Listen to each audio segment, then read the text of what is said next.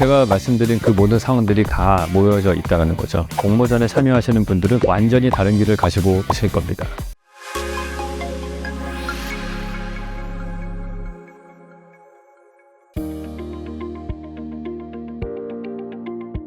일단 재건축이 안 되니까 슬럼화가 되는 거겠죠. 재건축이 안 되는 이유는 일단 사업성이 없기 때문에 재건축이 안 되는 거고요. 재개발들이 이루어지는 경우들도 있는데 현재 우리나라 같은 경우에는 공사비가 엄청 올랐기 때문에 재개발을 할 때 개발 분담금 같은 것들도 많이 생기게 되고 사업성이 잘 안 나옵니다. 도시에서 그나마 건물이 지어지는 경우는 최근 들어서는 아주 초고가의 주거로 바뀌는 경우들, 도심 속에서 만들어질 때는 그럴 경우에만 사업성이 좀 나오기 때문에 그런 경우들은 종종 있기는 하지만은 대체적으로는 그게 만들어지기 어렵습니다. 도시 안에 사시는 저임금의 노동자분들은 먼 곳에서 출퇴근하기가 어렵습니다. 그러니까 근거리에서 거주를 하셔야 되는 경우들이 많고요. 그분들을 옮기게 되면은 또 일자리하고 단절되는 문제가 생기기 때문에 그분들을 옮기기도 어려워요. 특히나 강북 같은 경우가 그런 경우가 심한데 오래된 올드타운 같은 경우에는 도로망 자체와 필지 구조가 난잡하다는 표현을 쓸 수 있을 정도로 복잡하게 돼 있어요. 현대식 도시로 만들게 되면은 건축 법규상으로 건축을 제대로 하려면은 도로와 관련된 법들이 되게 많아요. 강북의 땅들은 자동차가 만들어지기 이전에 만들어진 도시 조직이기 때문에 대체적으로는 자동차가 들어갈 수 있는 도로가 있는 경우가 별로 없습니다. 우리가 조선시대 때부터 만들어진 도시 조직이잖아요.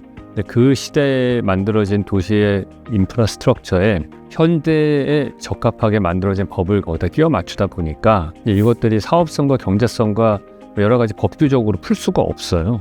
그러니까 그냥 그 상태로 그냥 두게 되는 거죠. 우리가 해야 되는 방향은 법을 실질적으로 적용 가능하게 바꾸든지 대규모 단지로 재개발을 해야 된다면 그때 좀 제대로 재개발을 하든지 예를 들어서 과거의 골목길의 기억들은 좀 남겨놓은 상태에서 그 밑에 지하 주차장은 한꺼번에 팔 수 있잖아요. 여러 가지 방법들을 다양하게 생각해 볼 수 있을 것 같아요. 일단은 건축물이라고 하는 거는 어쨌든 시간이 지나면은 이게 구조적으로 약해지고 우리가 지금 도시 슬럼화라고 부르는 구간들은 대체적으로 한국전쟁 이후에 급하게 지어진 내진 설계 전혀 안 돼 있고 상하수도 시설도 거의 안 돼 있고 실제로 그런 동네에 가서 보시면은 관광객의 입장에서는 되게 아름다운 공간이기는 한데 거기 계신 할머니분이 나오셔서 너가 여기 살아봐라. 화장실 물 내리면 역류해가지고 난리가 난다. 이런 식의 컴플레인을 많이 하세요. 주거 환경의 퀄리티가 너무 낮기 때문에 우리가 생각하는 지금 기준으로는 이거는 허용하기 어려운 수준이 많다 이렇게 볼 수가 있는 거죠. 계속해서 슬러바가 되다가 어느 시점에 가서는 완전히 사람이 살 수 없는 지경까지 되겠죠. 70년대 초반이라고 한다면 또 우리나라가 그렇게 잘 살았던 때가 아니잖아요. 처음으로 2층 양옥집들이 들어올 때 지어진 것들도 있고 어떤 경우는 그 전에 그냥 조적식이라고 해서 벽돌 쌓아가지고 지은 집들이 또 대부분이고 일단은 안전상으로도 되게 위험하고 도시에 우리가 지금 기본적으로 생각하는 인프라 시설이라고 하는 것들도 되게 불안전하게 되는 경우가 많습니다. 이제 그런 것들 때문에 그거를 업그레이드 시킬 필요는 분명히 있는 것 같고요. 어떤 방식이든 우리는 소프트웨어를 바꿔서라도 이거를 개발할 수 있게끔 해주는 게 필요하다고 생각합니다.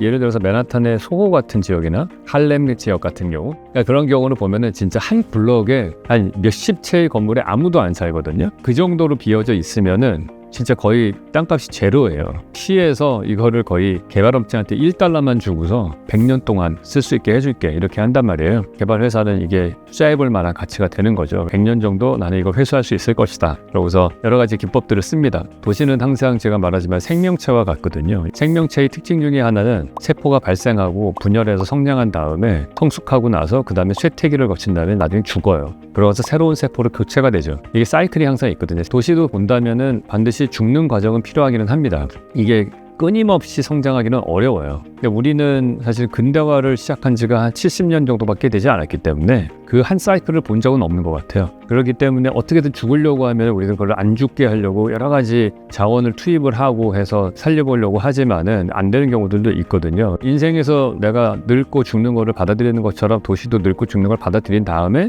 그 다음에 나중에 재생을 생각할 수도 있습니다. 이제 그럴 때는 장점은 뭐냐 하면은 누군가 특히 젊은 세대 같은 사람들이 기회를 가지게 되는 거죠. 다음 제너레이션이 기회를 가질 수 있는 일종의 리셋하는 작업 같은 거라고 보시면 될 것 같아요.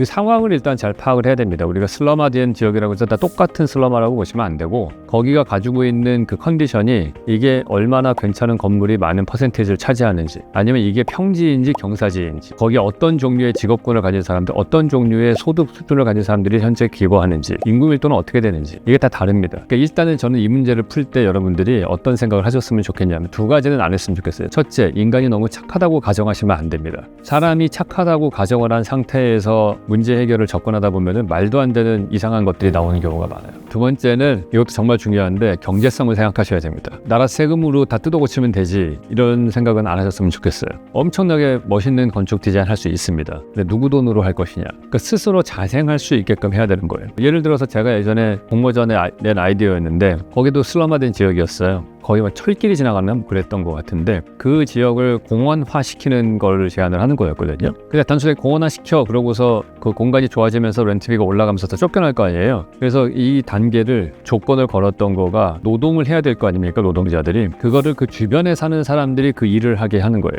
그러면서 그 주변 사람들이 일자리를 얻게 하고 소득 수준을 높이는 거죠. 뭐 이런 식으로 우리가 소프트웨어적인 부분하고 하드웨어적인 부분 그러니까 프로세스를 좀 생각을 하셔야 되는 거예요. 어떠한 단계로 A를 우리가 풀고 그다음 B를 풀고 그다음 C를 풀고 이런 단계로 해서 최종적인 목표는 여기 있죠. 근데 그 최종적인 목표를 하기 위해서 뭔가 얻어가는 열매들을 나눠 가질 수 있는 시스템들을 상상해 보시면 좋지 않을까 생각을 해봅니다.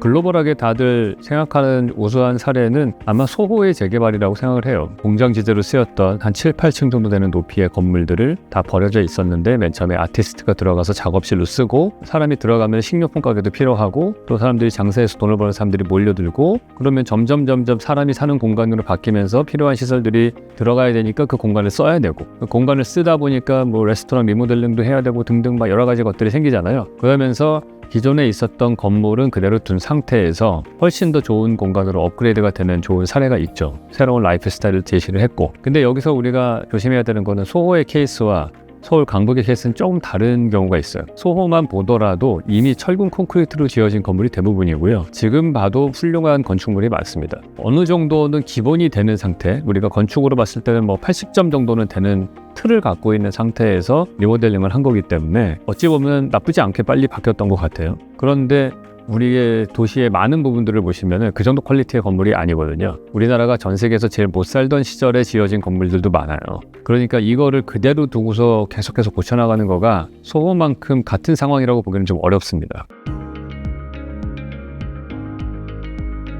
옥인동은 어떻게 보면 대한민국 주거의 축소판이라고 볼 수 있어요. 대한민국 70%가 산지로 되어 있습니다. 경사지가 상당히 많은 땅이다. 이거를 인식하시고 가셔야지 대한민국의 경제도 보이고 사회도 보이고 역사도 보여요. 서울이라는 땅은 산이 되게 많은데 이곳에 사람들이 들어와 살면서 도시화가 되기 시작을 했어요. 지금 서울이라는 도시를 딱 보시면은 30% 후반대가 녹지로 보여집니다. 근데 특징은 뭐냐면 그 녹지가 다 경사지 산으로 되어 있다는 뜻이에요. 40% 녹지로 되어 있고 나머지 60%가 도시 주거로 되어 있어요. 평지에 사는 사람이 30%, 경사지에 사는 사람이 30%, 반반이라는 뜻인 거예요. 40% 산으로 된 녹지, 30% 경사지 주거지, 30% 평지 주거지. 그 얘기의 핵심은 뭐냐면 우리가 사는 도시에 너무 많은 부분이 인간이 거주하는 지역이 되게 경사지로 되어 있다는 거예요. 절반 정도가. 평지에서 경사지로 올라가는데 이렇게 쭉 도로망이 만들어질 거 아닙니까? 근데 그게 이제 옥인동의 도로망을 보시면 그런 게 보일 거예요. 그 도로망이 만들어졌을 때의 모양과 스케일은 그 당시에 쓰던 교통수단에 의해서 결정이 나요. 그 당시에는 물류라고 하는 거가 어떤 거였어요? 소달구지밖에 없었어요. 우리가 똑같은 도시지만 강남은 좀 다르잖아요. 격자형으로 돼 있어요. 바둑판 모양으로. 그 이유는 자동차가 만들어진 이후에 만들어진 도시이기 때문에 도로망 자체를 우리는 합리적으로 자동차가 움직이기 좋은 직선의 그리드로 만든 거죠. 근데 강북은 사람이 걸어 다니는 곳이잖아요. 그러니까 사람이 자연 발생적으로 만들어낸 거기 때문에 혈관이나 강물의 패턴하고 되게 비슷하게 나와요. 재료도 산에서 나무를 잘라서 소달구지에 얹어서 끌고 와서 만드니까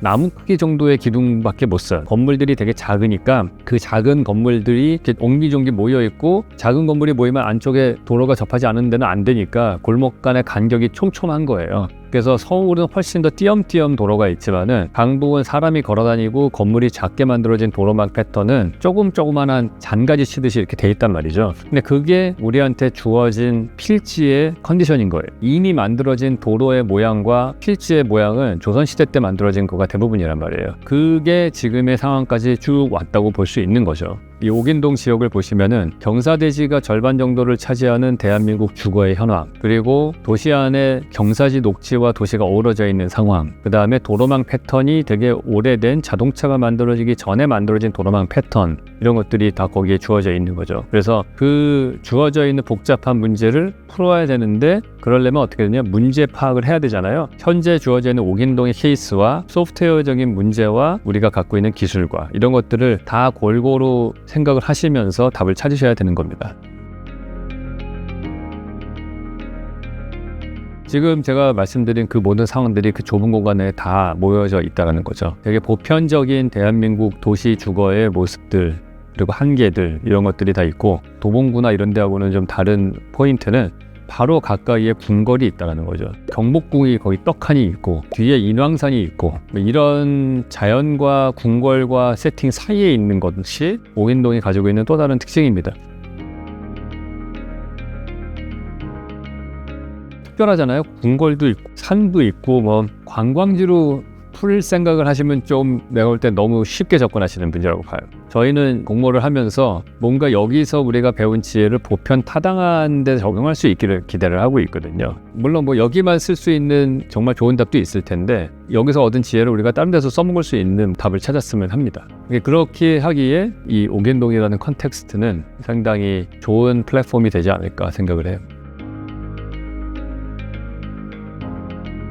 네, 그거는 좋은 생각이세요. 근데 길을 재정비한다고 할 때 그 길의 캐릭터가 어떤 길이 될지를 생각을 하셔야 될 거 아니에요. 그게 뭐 물류를 위한 길도 아닐 거고, 사람들이 보행 전용으로 하는 건지 아니면은 어느 정도 두 개가 섞인 걸로 할 건지 여러 가지를 고민을 하실 텐데, 그럼 두 가지를 고민하셔야 돼요. 그 길의 폭과 그 길에 접한 필지에 들어가는 건물의 프로그램을 뭘 할 것이냐. 프로그램도 여긴 주거지역이에요, 상업지역이에요, 이렇게 하시면 안 되고, 1층은 어떻게 할 거고 2층은 어떻게 할 건지 그거를 구분해서 생각하셔야 되고, 단층으로 할 건지 고층으로 할 건지도 고민을 하셔야 되는 거고, 여러 가지로 생각할 것이 있죠. 항상 제가 말씀드리지만은 건축과 도시에서 외부 공간이 엄청나게 중요한데, 그 외부 공간의 성격을 규정하는 거는 그 외부 공간을 프레임하고 있는 주변에 있는 건물들의 프로그램이 뭔지가 중요하고, 그 중에서도 특히 1층의 용도가 뭐냐가 되게 중요하다는 거예요. 지금은 대부분의 행동들이 거의 절반 이상이 온라인으로 다 들어갔기 때문에 우리가 쓸 수 있는 카드가 별로 없습니다. 그래서 1층 공간을 어떻게 활성화시키고 그 공간을 더 안전하게 만들고 할 것이냐를 할 때, 우리가 전거의 보도라고 하나요? 엄청난 그런 상업시설이 거의 카드가 거의 없어지고 있는 중이기 때문에 이거를 어떻게 해결할 것이냐도 우리는 되게 주요한 문제인 거예요.